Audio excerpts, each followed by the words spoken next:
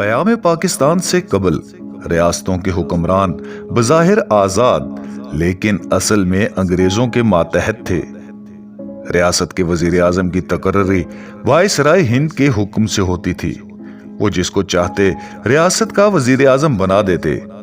اس طرح نامزد ہونے والا وزیر اعظم بظاہر ریاست کے نواب کے ماتحت ہوتا، لیکن در پردہ ریاست کا تمام نظم و نسق وائسرائے ہند کے احکام کے مطابق چلتا تھا۔ یوں وزیر اعظم کے ہاتھ میں نواب ایک کٹ پتلی بن جاتا تھا۔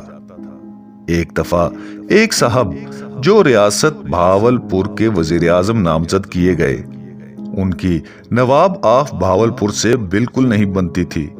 وہ دونوں ایک دوسرے کی ضد تھے۔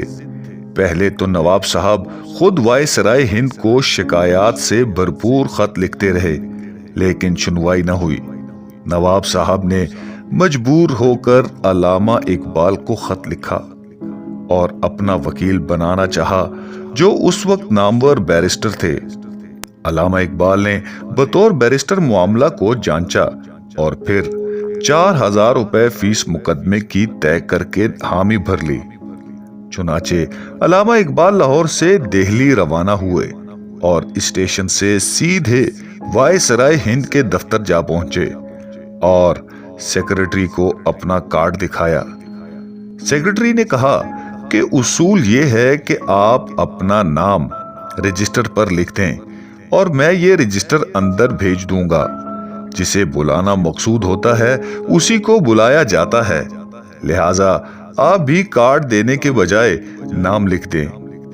علامہ اقبال نے کہا کہ اگر وائسرائے میرے کارڈ پر نہ ملنا چاہیں تو میں واپس چلا جاؤں گا، لیکن رجسٹر پر نام نہیں لکھوں گا۔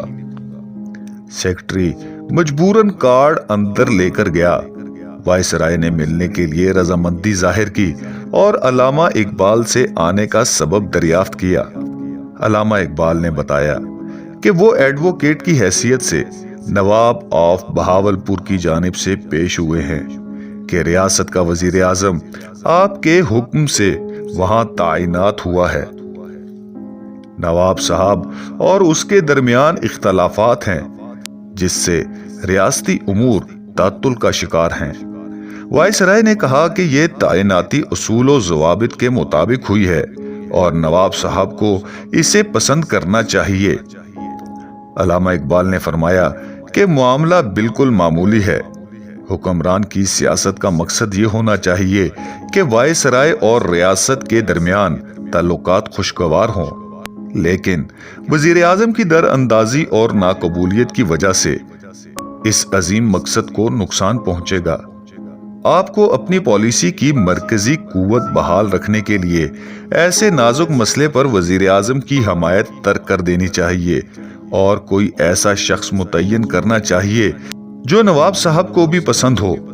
اس سے حکومتی پالیسی کو کوئی نقصان نہیں پہنچے گا، بلکہ آپ کے وقار میں اضافہ ہوگا۔